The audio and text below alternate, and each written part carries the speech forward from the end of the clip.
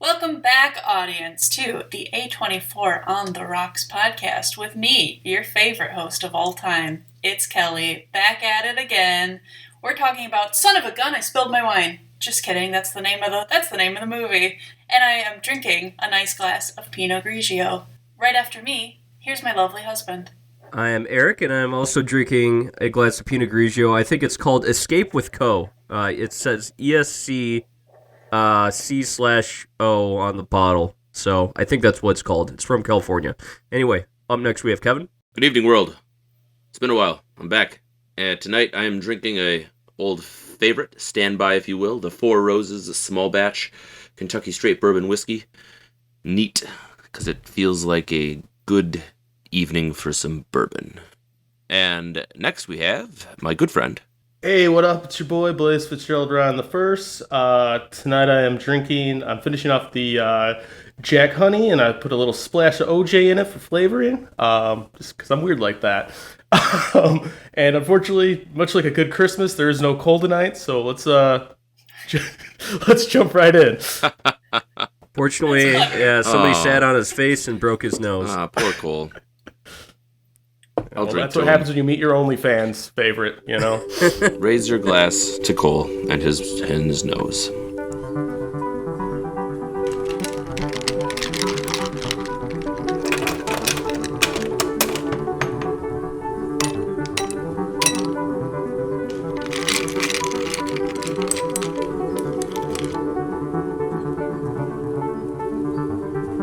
A24 on the rocks. Alright, everyone, today's movie, as I've said earlier, Son of a Gun, that's what it's called. Not to be confused with the 2019 film of the same name about a post-Civil War story. This one had been released in 2014, and it's very Australian. Written and directed by an Australian man himself, Julius Avery, who pulled some inspiration from his own life to create this story about a character named J.R. I'm calling him J.R. Do we call him Junior? I'm calling J.R. J.R. busts out of prison with Brenton Lynch, Australia's most notorious criminal, and joins Lynch's gang for a gold heist that soon pits the two men against each other. Whoa. So, I wanted to give more backstory on Julius Avery because I found an interview with him from a Perth publication online where he kind of talked about making this film because this was his debut feature. Before this, he did a lot of short films, and as I mentioned, he's very Australian, very proud of Western Australia, where he's from, and this movie very much features Western Australia. He has two other movies that are out, and because it's such a small amount of films that are out, I wanted to make mention of them. His one that he released after this in 2018 was called Overlord. If anyone had heard of that, it's a action horror with pretty good reviews. And there's a new one coming out pretty soon, later this month in August, featuring Sylvester Stallone in a superhero flick, and it's called Samaritan. So I wanted to make mention of these two things. This being his very first movie, debut movie. What are our first kind of thoughts on the theme? I mean, it's written and directed by him. So what did we think hearing about this movie? And what did we think about just like really early on? Did you get any kind of just like flavor? Kevin, let's go with you first. All right. So as we like to do with our opening vibes, but let's talk a little bit about what you kind of talked about, how this movie fits into a certain vein of this Australian action film, this over-the-top kind of genre film that at the time was actually really popular. The bleak outback look, kind of in that Rover vein, right, where it's Australian cinema is taking off at this point. It's putting out a lot of big names, and it's taking a lot of Hollywood A-list actors, and also creating a lot of Hollywood actors that move into that slot. So I thought that was kind of a cool thing to see how this movie slotted into that. But the actual film itself, I loved the vibe of getting to know our main character right off the bat, right? We meet JR in the very first opening scenes, and you kind of get this feeling from a character standpoint that he's not supposed to be there. He might have committed maybe a minor crime or was framed or some way found himself on the wrong side of the tracks. The visual, right, was hardened criminals, the yard, the tattoos, the familiar imagery of prison life, and that was pretty cool. Like the immediate immersion into the scenes, they did a really good job. the filming location of being an actual maximum security prison was a really cool touch by the director, and really allowed us to kind of get into that vibe right off the bat. And in a movie where the first prison scene only lasts about the first 15-20 minutes of the movie, it's really important to get that vibe immediately for the viewer. And I thought our director did an excellent job of capturing that. Yeah, so I've like when I first started watching this movie, I realized it was going to be like start out in an Australian prison, and I heard from somebody else that like Australia is like the United States and New Zealand is like Canada over there, and I was really wondering what the Australian prison system was going to be like, and it is kind of reminiscent to the American prison system. Outside the United States, they have much different prison systems elsewhere, and yeah, it definitely seemed like an American prison for all intents and purposes in that vein. I think I got a nice butt on JR, when he's first undressing there. I thought he had a pretty nice butt, but later, it was kind of a not a great scene when we saw his butt again. But yeah, I actually got some pretty good opening vibes from this. I like the theme in the background. I thought this was going to be like an A24 film from the start. First, I want to weigh in on Eric's comment. I wrote down in my notes this JR, who was played by Brenton Thwaites. I was like, this guy looks like Orlando Bloom had a baby with Hayden Christensen.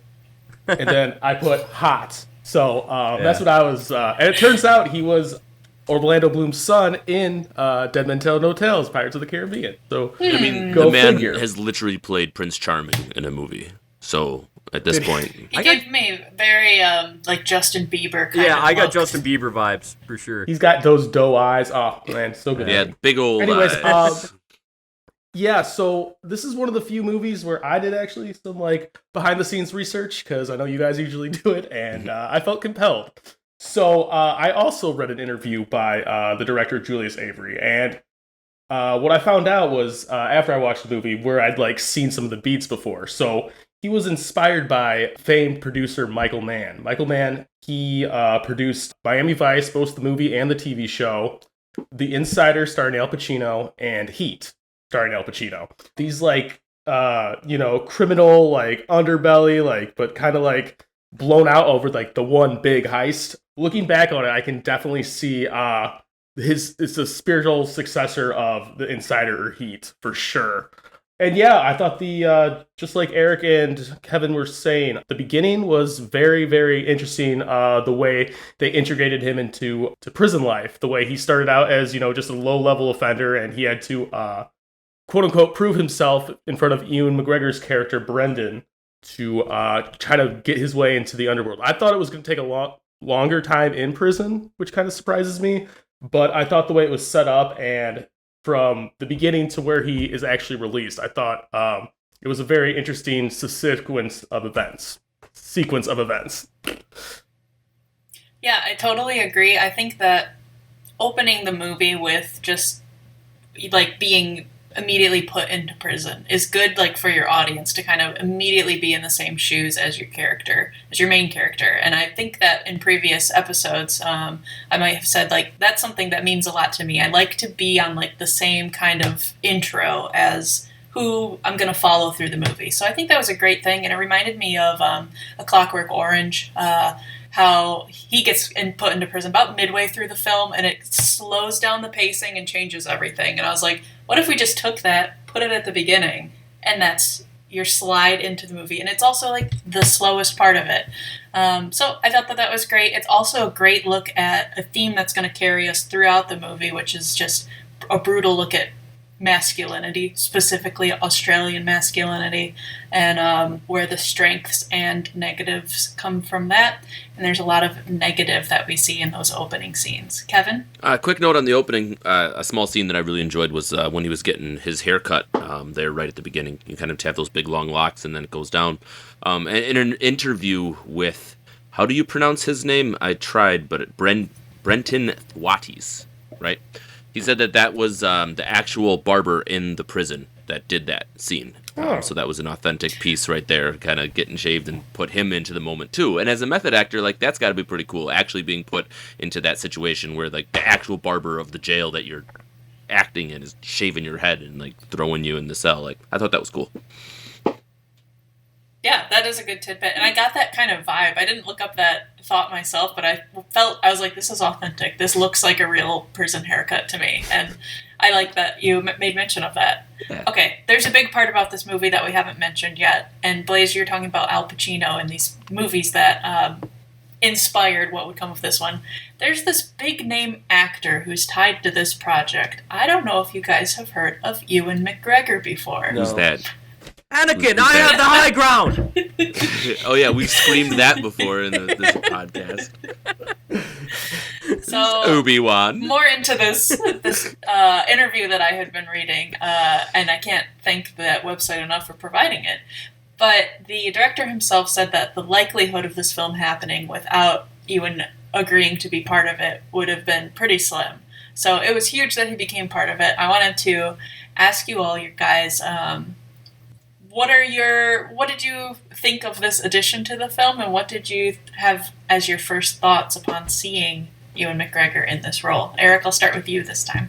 First thoughts, he was playing chess, and I would say he's kind of the villain in this. I mean, later we get a bigger villain. From the start, him playing chess and JR going up to him, like, giving him chess moves, I always love, like, getting kind of a devious character that has little hobbies like chess or something. So I thought that was a really cool addition. I don't know, but also I think he's a great actor. I've always thought he's a great actor, and I think from the start I really was getting into his role in this movie. Kevin? So, I thought this was a unique opportunity for Ewan McGregor to do something that he probably normally hasn't done, or hasn't done a lot, which is play that vicious, we'll call it vile in this circumstance, kind of dangerous character. A lot of his protagonist roles have been lovable face characters, lovable heroes, main characters that we're supposed to enjoy as an audience. But this one, as Eric kind of alluded to, has kind of got an evil side to him. He does have some qualities that attach the audience to him as well. A sly sense of humor, a dry wit, some kind of side of him that makes you have some sort of apathy towards what he's going through and kind of emotion. But that just speaks to how great of an actor Ewan McGregor is in general, right? If he's able to kind of take all of those different emotions, from feeling like he's being taken advantage of by our main big boss, or to where he's clearly the bad guy taking advantage of other people, or he's being the savior of JR in jail, but then turning around and hurting other people, but also then defending the honor of small girls being raped by bad men when he kicks out one of his members of his own crew. So I thought, in general, it's a really good question, because Ewan McGregor, like you said, kind of is the tour de force of this film, but he allows the other people around him to kind of shine. Not as much as we've seen in some of our other films, but I think that Ewan McGregor does an excellent job in general, and I enjoyed his performance. I agree. Blaze, you want to weigh in? Yeah, I think both Eric and Kevin hit the nail pretty hard on the head on this one. I thought Ewan McGregor was a great ad. I specifically put in my notes, we'll talk about the movie as it progresses, obviously. I put Ewan McGregor and Alicia Vikander, who plays Tasha, the femme fatale. They act way better than the characters that are given to them. How bare bones everyone is, how next scene this movie is. I thought it was really cool, as Kevin said, to see Ewan McGregor play a shisty, sadistic, lowlife. He kind of has some humanity in him, but throughout the movie, he's stringing the main character along, JR. Just the way that he leads him down this rabbit hole of crime is very, very, way better than the character of Brendan Lynch deserves. So I have to give Ewan McGregor hats off. I do have to say, that beginning scene where he's playing chess, I thought he was a famous chess player in jail, because they hadn't established that he was a robber. So I was like, because JR comes up to him and he's like, oh, I know who you are. I know everything about you. And I was like, oh, well, he's playing chess. Maybe this is going to get take a weird turn where he becomes friends with the... That was also my first impression, Blaze, too. I'm like, is this Bobby Fischer gone bad? Like, what happened here? Me too. I actually thought the same. That would have been cool if they actually stuck with that, too, throughout the film. But, oh, well. Right. Although chess was an interesting theme throughout, with kind of different parts there. I have a lot of things to say about chess. Excellent. Well, let's talk about chess. I mean, we don't always have to go in a completely chronological way. Everyone who listens to this show should know by now it's filled with spoilers. So there's no reason that we have to go one by one. I think that the chess aspect of this movie was maybe my favorite little part of it. The fact that when we meet Sam, like the big bad, and he's mostly just kind of waiting to hear what his next opponent's chess move is such an interesting piece of character for him, as well as towards the ending scene. And his first problem when he walks into the room is, who moved this chess piece? And it just continues throughout. So I thought that the chess was great. Blaze, did you say you had a lot to say about chess? Do you want to get it off your chest? I have enough to fill up a little bit of time, if you don't mind. So my immediate thought after the movie ended, so I put in the first thing. The first thing that he says to Ewan McGregor's character is that he's within 3 moves of checkmate, which the symbolism is Ewan McGregor's character is always 3 moves ahead of everyone. He already knows what the outcome is going to be. He already has plan B, plan C, and plan D before you have plan A. They knock the king down as if checkmate when Sam, the big bad guy, finds right before they kill him. They talk about how pawns are sacrificial lambs in chess. When JR is Ewan McGregor's pawn. He's his sacrificial lamb so he can get all the gold. And then the final thing that I saw was, funny enough, we mentioned Bobby Fischer. Bobby Fischer's go all in and you can't go back moniker. That's also a parallel to JR's character of, as soon as he helps these guys break out of jail, that's it. He can't go back to the life that he was living. So the chess symbolism is actually everywhere in this movie, and I thought it was really brilliant. The issue is kind of the rest of the movie, but we can talk about that. But yes, chess, good. Before we get too much farther down the line, that move, that Son of Sorrow, Blaze kind of alluded to it with that idea of all in. But I really enjoyed how they started the movie with that reference, talking about the Son of Sorrow move, and then ended the movie with that pulling it all together line again. And we could talk about that in the conclusion, but it has that direct reference to that chess match. And I just thought that was a really cool idea, that you can take an actual move, turn it into a plot device for your movie, and then make that run through the entire thing, even to come up with a line at the end when you're getting the big evil monologue speech from your main boss. It was awesome. I had to write it down. It was really cool. So yeah, that's good. Good point. I saw somewhere it was described as a bit of like a cat and mouse story, the way that they're both kind of, you're trenching in to see where you can get the upper hand on each other. And it's not maybe cat and mouse as much as it is just one chases the other, but it's constant outsmarting as much as you can. And I feel that way when I play chess, where I'm playing both defense and offense at the same time. So I agree that it's like, I mean, you can't go wrong with chess in a crime heist thriller movie. It's a safe choice. In fact, if that would have been the central motif, man, we would have had something. Mm-hmm. That's right. So in the story, when JR gets out of prison, it's pretty quick that he needs to start making up for the help that was given to him while he was in prison. I wanted to ask you guys about that. My notes say the crazy techno gun guy. Yes, as I called him. Chiptune. Yeah, so he walks up to this trailer, and it is the loudest part of the film, with music just blasting to the point where you can't even hear JR knocking on the door. What are your guys' thoughts on that? Kevin, you seem the most excited. Right.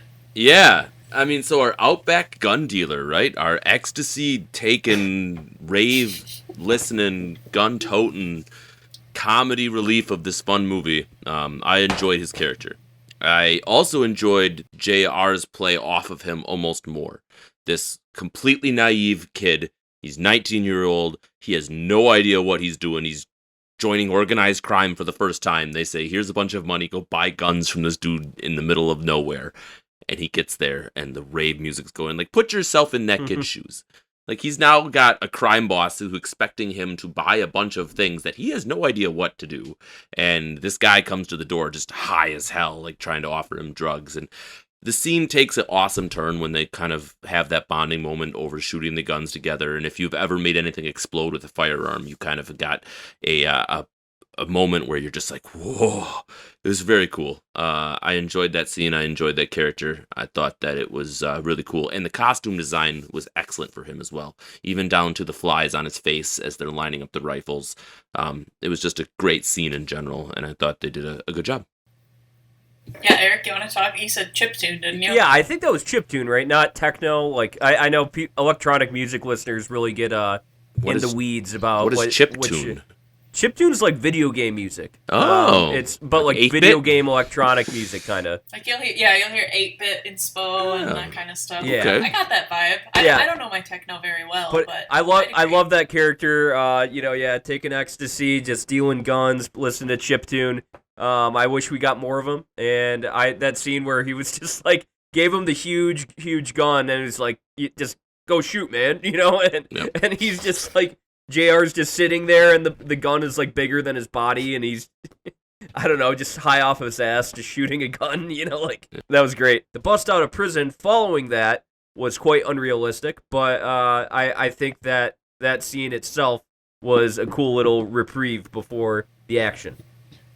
Something else about that scene, and I will say it because if Cole was here, he would say it. This man throws, like, 3 guns at this 19-year-old kid that are, like, full body size. Mm-hmm. They are huge guns, and he just like stacks them and throws them at this guy, and he like catches them all in his arms, like no problem.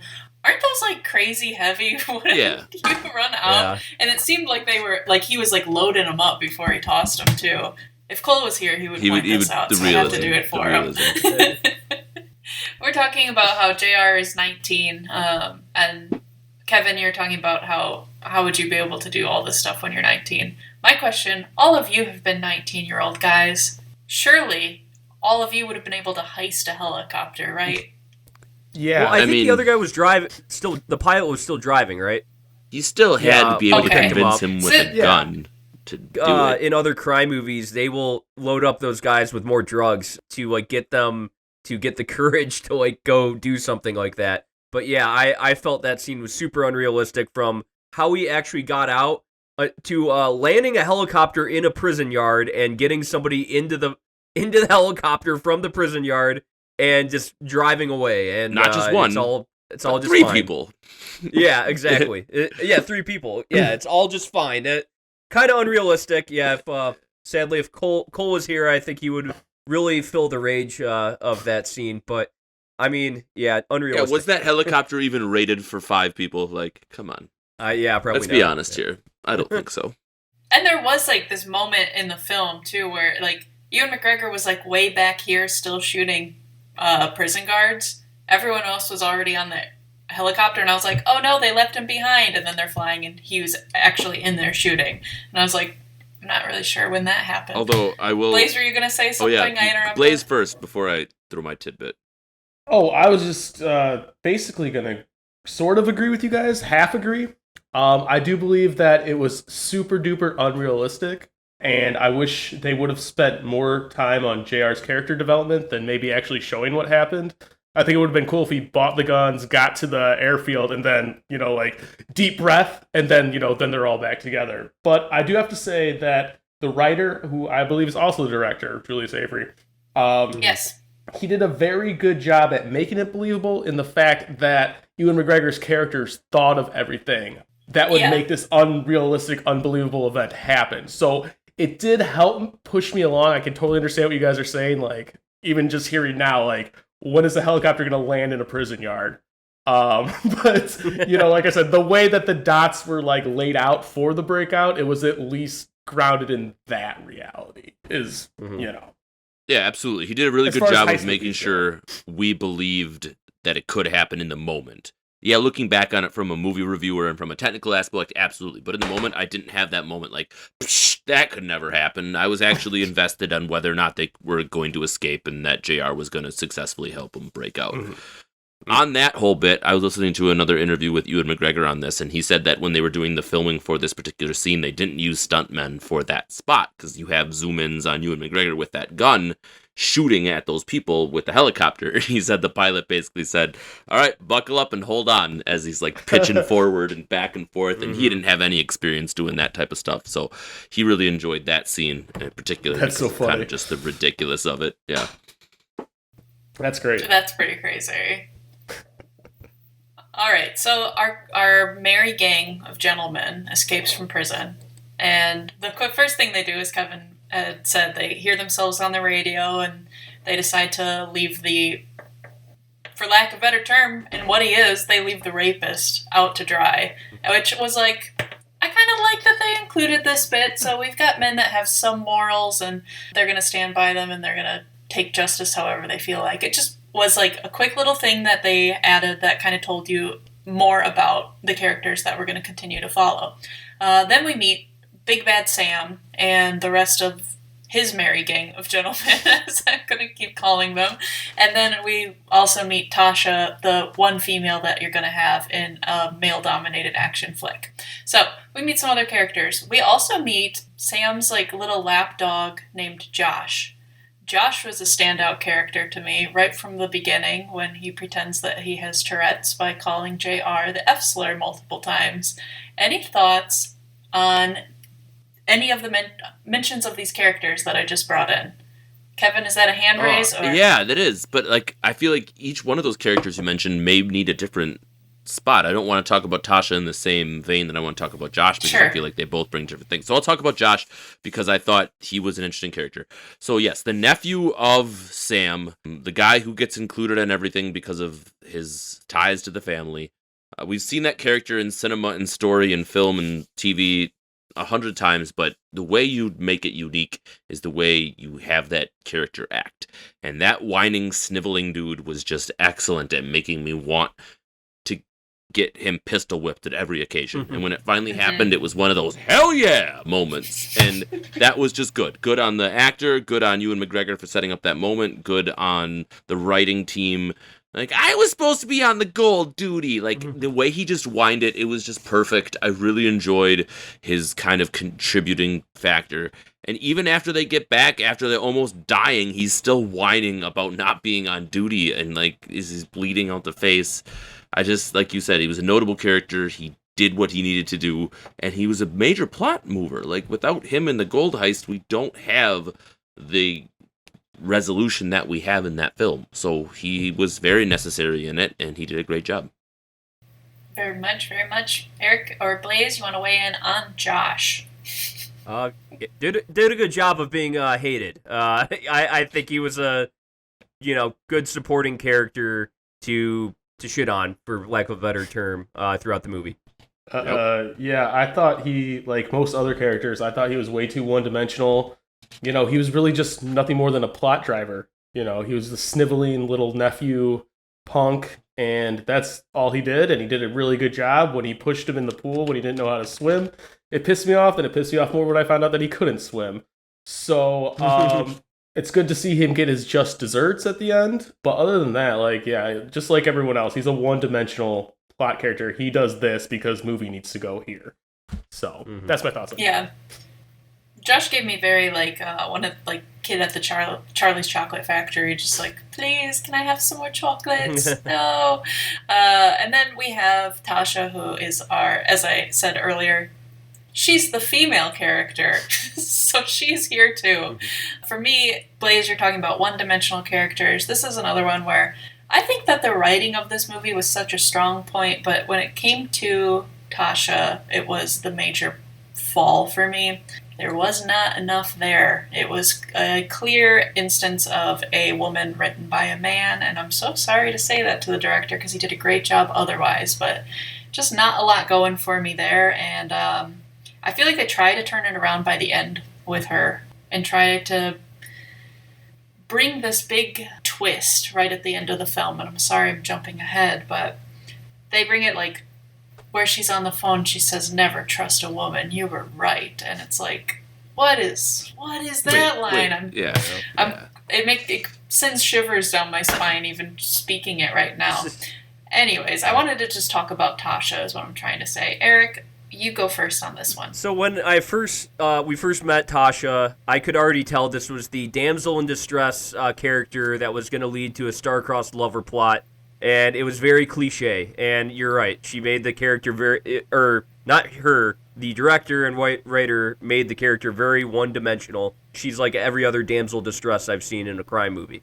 That was disappointing because Alicia Vikander, she's going to be an ex machina in a few films that we're going to review, and she's awesome in that. She's awesome in The Green Knight. She's a great actress, and I feel like her talents were kind of wasted in this film. That's when the film really started to go downhill for me.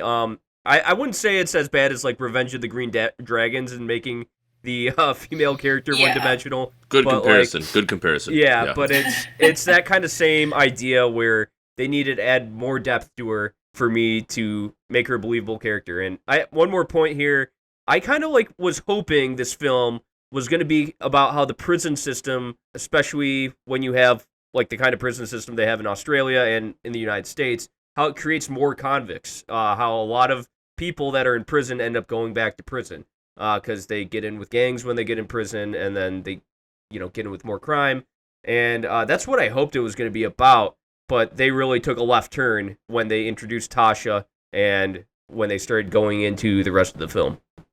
I'll piggyback off of that 100%. I thought that the first beginning of the film was good. It kept me engaged. It made me want to learn more. And then once we got that star-crossed lovers feeling, everything not went to shit, because it's not at all true, but it definitely took a bit of a downturn from where the movie could have been.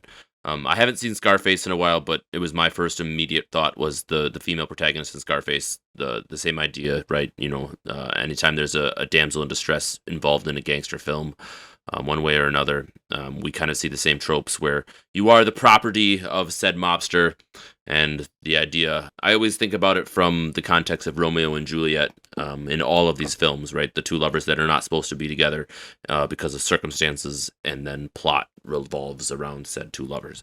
Now, I will say there were some excellent scenes, some things that involved those two in general, which we'll probably get to, but I want to kind of touch on one that I really enjoyed, which was the whole ocean scene, the swimming scene, the idea that JR had to put the fact that he can't swim completely behind to go be with this girl that he barely knows but is falling deeply in love with. I thought that was kind of a vulnerable moment for him. It was kind of interesting. And the soundtrack that kind of accompanied that, which if you were going to get to soundtrack, I'm sure we'll also have an opportunity to talk about it, but we heard the Perth remix by Bon Iver as they're kind of getting together with the introduction of their tryst as they're flying away, and I just really enjoyed that piece of music there, and I thought it was an excellent accent to that particular scene. Can I just say that the movies from that time period really owe Bon Iver $1 bajillion and maybe a plaque or something like that. Well, I mean, the song's name is Perth, right? Right. No, I mean, I get it. To be just seems based in Perth. I've seen that scene before. Yeah.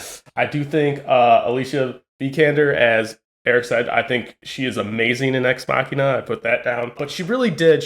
I wouldn't say she made gold out of straw, but she at least made copper out of straw for being, again, a one-dimensional female love interest plot forwarder. She really made me believe that she was someone stuck in this crime syndicate, almost against her will. They were at dinner, and she said she was being promised a passport, and it's been X amount of years, and the passport hasn't come yet. So you could actually see in the actress's face that this character was downtrodden. She was looking for a way to get out. And, like Eric said, Green Dragon, it felt forced, not as forced as that, but it doesn't seem like a lot of other characters in this film. They didn't seem like they earned where they ended up at, because the movie was moving at such a breakneck pace that they didn't have time to stop. They went from we can't be together to him buying her a ticket on the train and them, apparently fornicating a couple times, and then all of a sudden they're in love forever.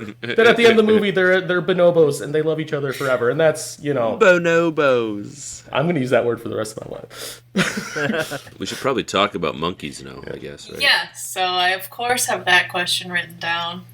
Brennan asks JR, or rather lectures him after all of this star-crossed lovers stuff enters the scene, which it's so much more interesting to me to have this budding father-son relationship of my life of crime and how I'm going to use you and raise you in my footsteps versus Put just a pin on that idea. Yeah. Yeah.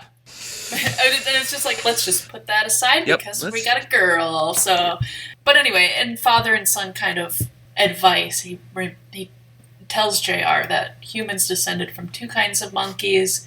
They're pretty much indistinguishable, except that chimpanzees are going to kill each other while bonobos just cuddle up and make love.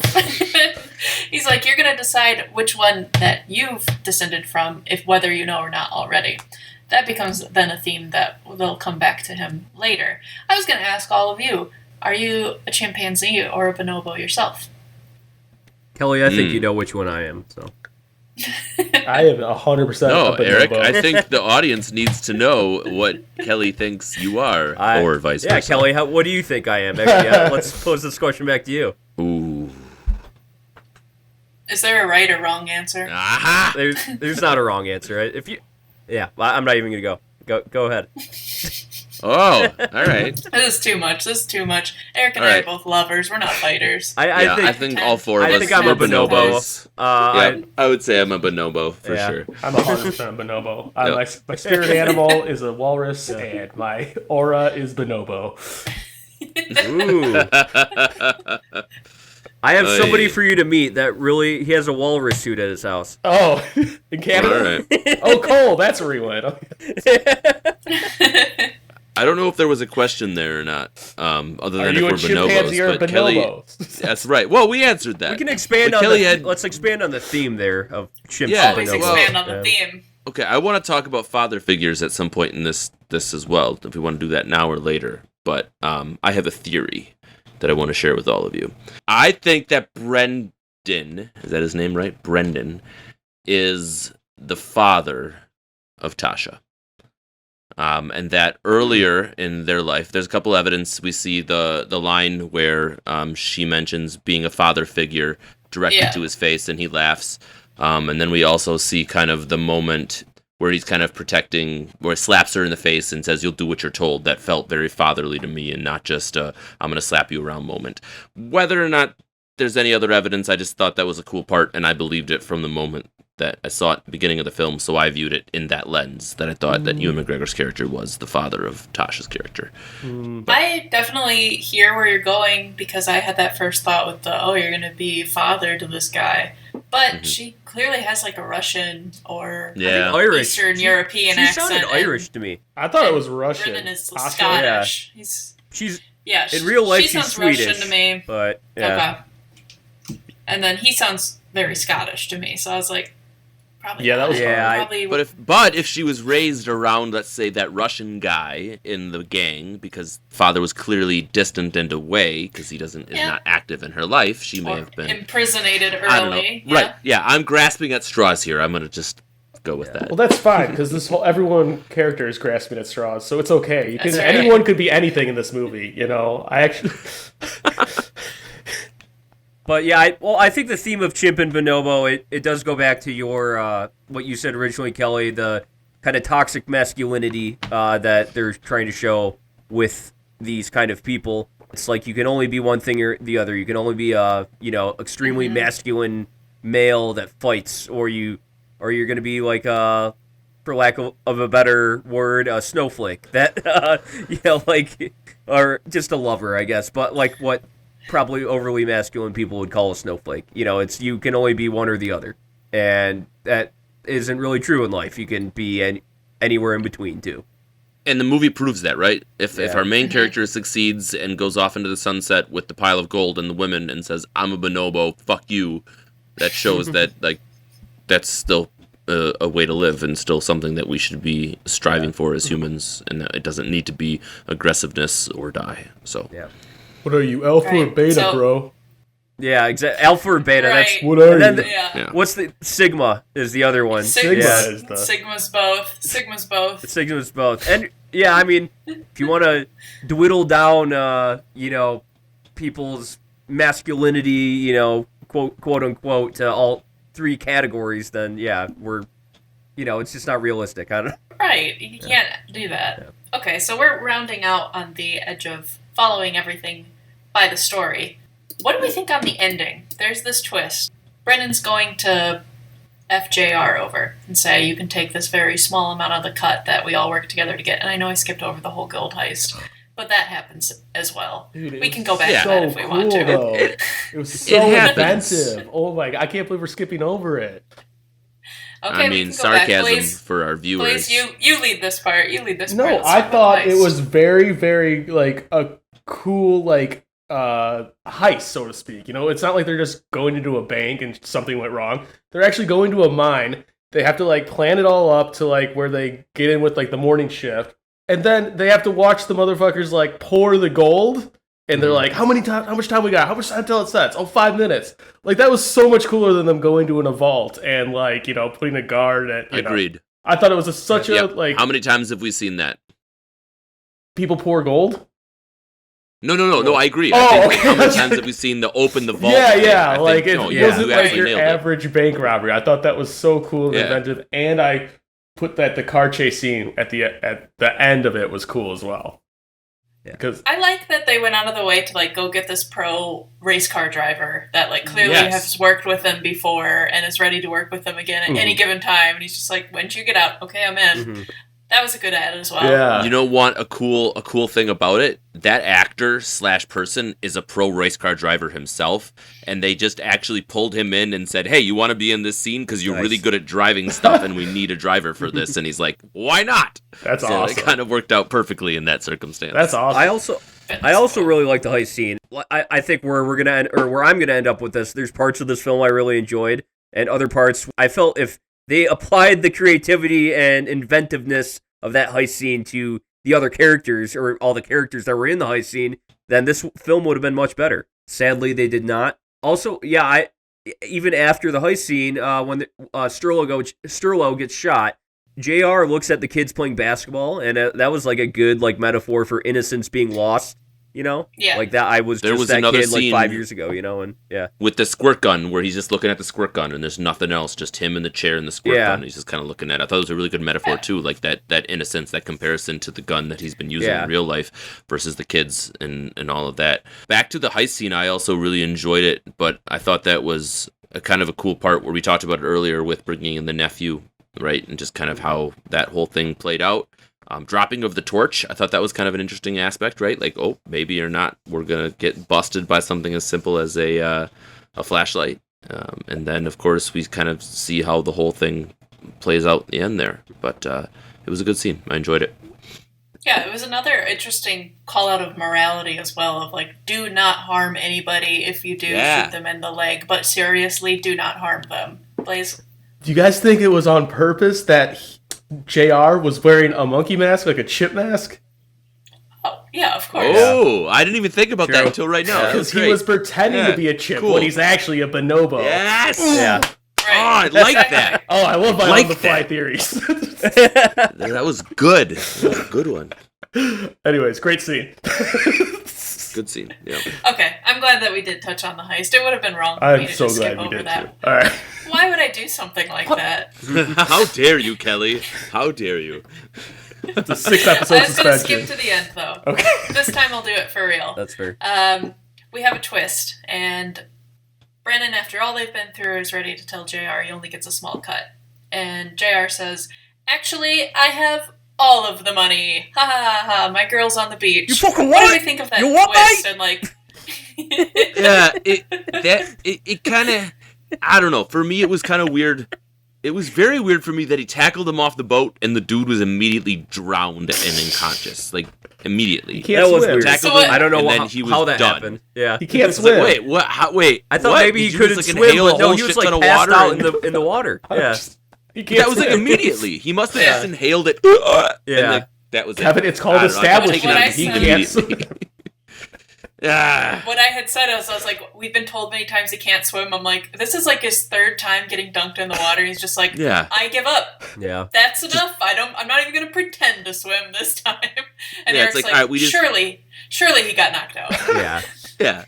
Punched him in the face as he jumped off. Or hit him in the face with his head. I don't know. It was just set up for Ewan McGregor to make that value choice, whether to save the guy's life or not. But And that flashback though, that was so bad. Just real when That's he the call. Yeah, that's they went into that flashback of him realizing he didn't have the money, and yeah, he does immediately after say "fuck it, what?" like that Australian YouTuber.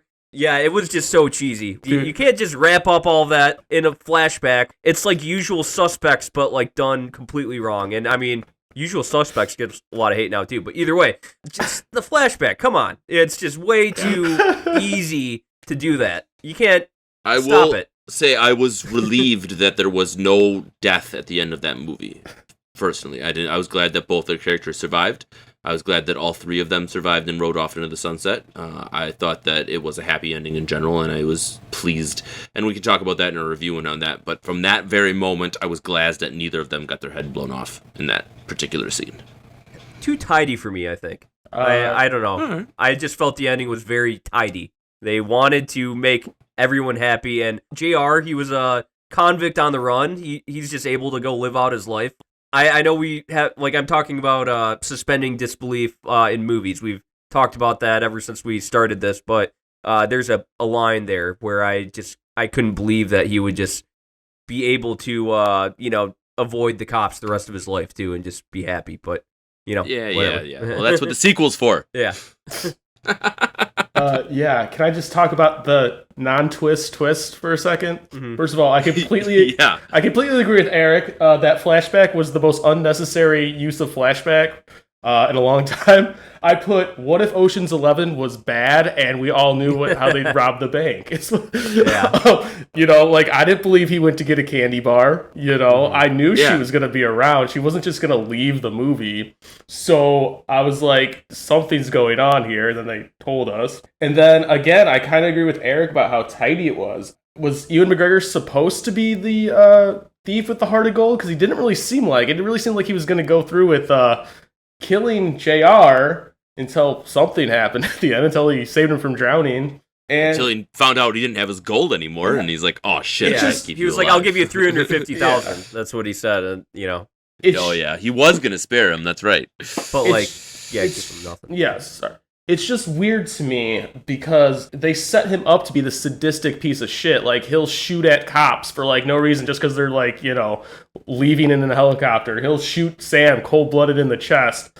He has a chance to finish off a kid that he just met. He thinks about it, and I don't know. It just didn't. It seemed like he should have gone further as far as the depravity of what his character was led to believe. But they kind of took it back at the end. Especially if we believe that was the plan for the entire time. If we feel like that he was gonna run him from the very beginning all the way to the end, only to shortchange him, then I would agree with you that he seems like he could have gone farther if he was just stringing this kid along just to give him penance at the end. Yeah, I don't get it. He's so good with a gun, and he's so good at just giving Sam the last two words. He has a perfect chance. He's on a boat that he bought cash, and if I was the character, I wouldn't even give him the chance to say that he didn't have 350,000. I'd be like, "Thanks for playing." Yeah.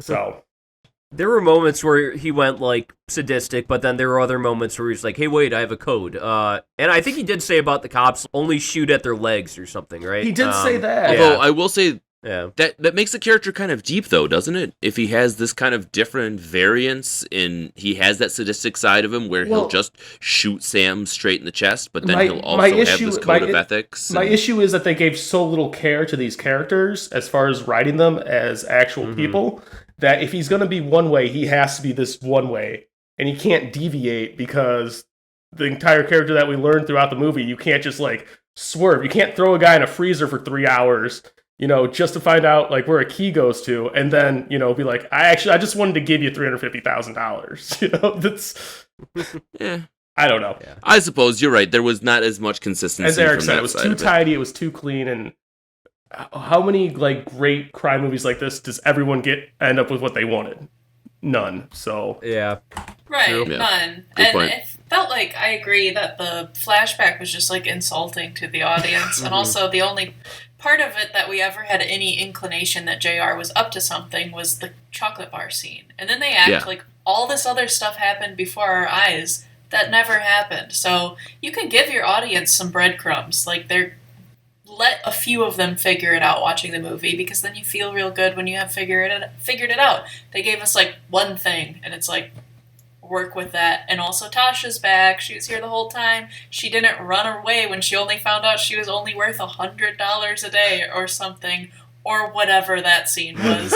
Yeah, she got all wasn't- butthurt and yeah. blew up, and then all of a sudden, like, we're fine, no problems. There Like, we were wasn't led to really believe it was like gonna be a big good scene deal. of reconciliation between them, where Nope. they could have cut out the flashback, shown a scene of reconciliation, just talked about what they might have been planning. But again, I wish this whole movie didn't even go down this whole route. I wish they would have stuck to a theme of how prison creates more convicts. But yeah, Yeah, it creates this. Yeah, I completely agree. And part of the reason that they could have gone with something like that as well is we were talking about the basketball scene, the squirt gun.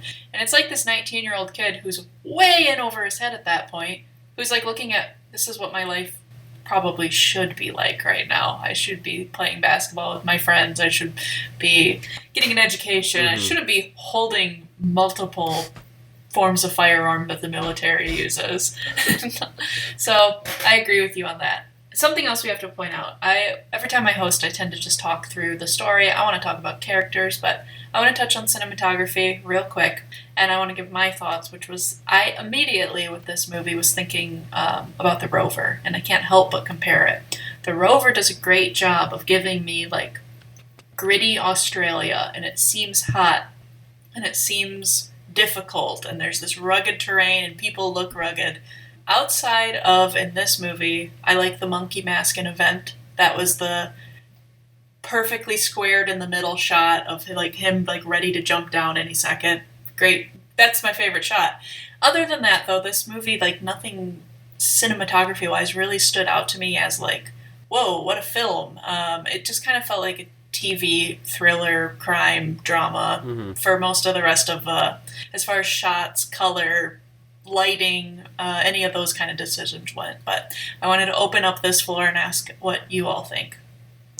There are two scenes that stick out in my mind, and two scenes that I took note of where I thought the cinematography was really excellent. And they were short scenes, and it was specific. And I would agree with you in general across the board that there wasn't anything overly awesome to take away from it cinematography-wise. But it was the first scene where Dave gets dropped on his head, right? Yeah. And we get that scene where we zoom in on the blood slowly coming out of the back of his skull, and we hear the tinkling soundtrack and that just slow movement. I really enjoyed that scene in general. I thought it was kind of like a finality of that's what these type of people get, and this is the way we're going to zoom in and make it look pretty while moving on to something better. And the second scene was when they lit the car on fire and pushed it over the bridge, and it rolled, or not the bridge, but over the cliff, and it rolled into the quarry. I really enjoyed that far zoomed out shot of the flaming car going down. General, just kind of that bleakness of the whole thing in general, I thought was just a cool scene. And those two stuck out in my mind.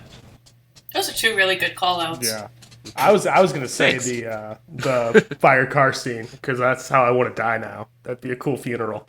It's the modern day Yeah. Viking send-off. Yep. And then the other scene that I thought, because like Kelly said, there wasn't like anything like too crazy that they were trying to do with the camera movements, which they probably should have in a movie like this. I thought the gun scenes were clean, especially compared to Green Dragon. I thought they were well choreographed, and you knew who was getting shot, and it was good. And then the opening scene, I thought, like, especially when I thought this was going to be more of a prison movie than anything. They do an inverse on the bus, so it looks like his world is getting turned upside down. And I totally got the symbolism of that shot. I was like, all right, we're into some like cool A24 like cinematography. And then it was okay. It wasn't like anything that I'd like write home about, but it wasn't terrible either. So there were a couple cool shots. All right, people. Anything else we want to touch on, or are we ready for reviews? I think it's time. Let's do it. Okay. If I could be so bold, I'm going to go first. Okay, All right. set the precedent. All right. So, my thoughts on Son of a Gun. Son of. A gun? It's so silly. All right, this movie was just, for me, a regular run-of-the-mill kind of film. I think that there were a lot of strong writing points. I think that might be the standout for me if I had to pick one, other than the acting by Ewan McGregor specifically. Nobody else to me was just like blew it out of the water, acting chops wise. I know other people might disagree, and maybe it's just like what they had to work with. I just never truly fell into this movie in the way that I kind of wanted to, especially having seen The Rover, and now I'm really into Australian thriller dramas. This wasn't quite the same, and I don't even have much to say. It was just a run-of-the-mill, just kind of average flick. I was mildly entertained. I wasn't amazed. I wasn't super disappointed. It was just lukewarm water, beginning to end. We've talked about a lot of things. I think I gave a lot of thoughts earlier, so I will jump to my lettered grade. A fair middle in the way that we grade things is a solid C24, correct? Mm-hmm. C24 from me. Eric, how about you? To me, yeah, it was just a very uneven movie. I loved the start and everything leading up to like when Brandon got out of prison. I actually felt like they were setting up this movie to be great, but then it really started to go downhill. They introduced the damsel in distress, one-dimensional character. I started seeing these plots from like a mile away. Of course, it kept going, and like there was that heist scene that I actually enjoyed, but then it disappointed me again where they showed the flashback of JR finally betraying Brendan. There were points of this where I feel like they could have taken off and they didn't. And also, I wanted to add in the soundtrack was also uneven. When they reignited a few times, JR and Tasha to they reignited on the train and on the beach. They had really, really cheesy piano music, and it just really made me cringe. That unevenness also makes me fall in the middle, and I think I'm also gonna give this a C. Gonna be right there in the middle with you, Kelly. I will also suggest to my viewers, if you want a really good Australian crime film that is probably this, but like done well, Animal Kingdom. That's great. It's with Ben Mendelsohn and Joel Edgerton and Guy Pearce. That is a really good Australian crime film done well. So yeah, I have a lot of the same points and issues that you guys have about it. I thought, it seems like a lot of these earlier A24 movies, there are a lot of nice nuggets of just cool creativity. I can't get over the heist. I would watch the heist scene again, 4 or 5 times just because of how it was set up, how it was executed, and how it wasn't a clean getaway, but they got away. I thought the acting was phenomenal for how terrible the characters were written. Super fast paced. I had to rewind if I wasn't paying attention because they didn't give you a time to breathe, and the times that were slow there was very, very little consequence to the plot at hand. I thought the ending was the most disappointing part about this film. We talked about it ad nauseum, so I don't really want to get into that again, but it really let me down. So, given all that, I think you guys gave it a really fair grade. I'm going to give it a teensy bit higher, give it a C+. But yeah, it was a good movie. I just don't think I'd see it again. All right. So, on the surface, I will say first that I enjoyed watching this film. It didn't feel too long. I did enjoy it pretty much from start to finish. We've always talked about when you watch a movie as a movie reviewer, whether or not you enjoy it differently than if you were just watching it on your couch or if you were just enjoying it on your free time. And I do think that applies to this film. I think that if someone would have showed me this movie as just a movie, let's say, as something to watch or something to take in before I started reviewing it from an A24 lens, I probably would have enjoyed it more than I did in this round. Some of the times we talk about movies that get better as we discuss it. I think this is one of those movies that for me actually gets a little worse as we discuss it. For me, mostly because the things that I was maybe thinking about it are all echoed in what you're all talking about, with some of the incomplete characters or some of the basic linear things that happened that kind of detract from the movie in general. There were some highlights for me that I touched on with the soundtrack and some of the cinematography. I did enjoy some of the action scenes. Ewan McGregor was an excellent addition to this film. From start to finish, like I said, I did enjoy it, and I may recommend it to someone who's into that Australian outback vibe, or someone who just really loves Ewan McGregor, because they won't be disappointed at all.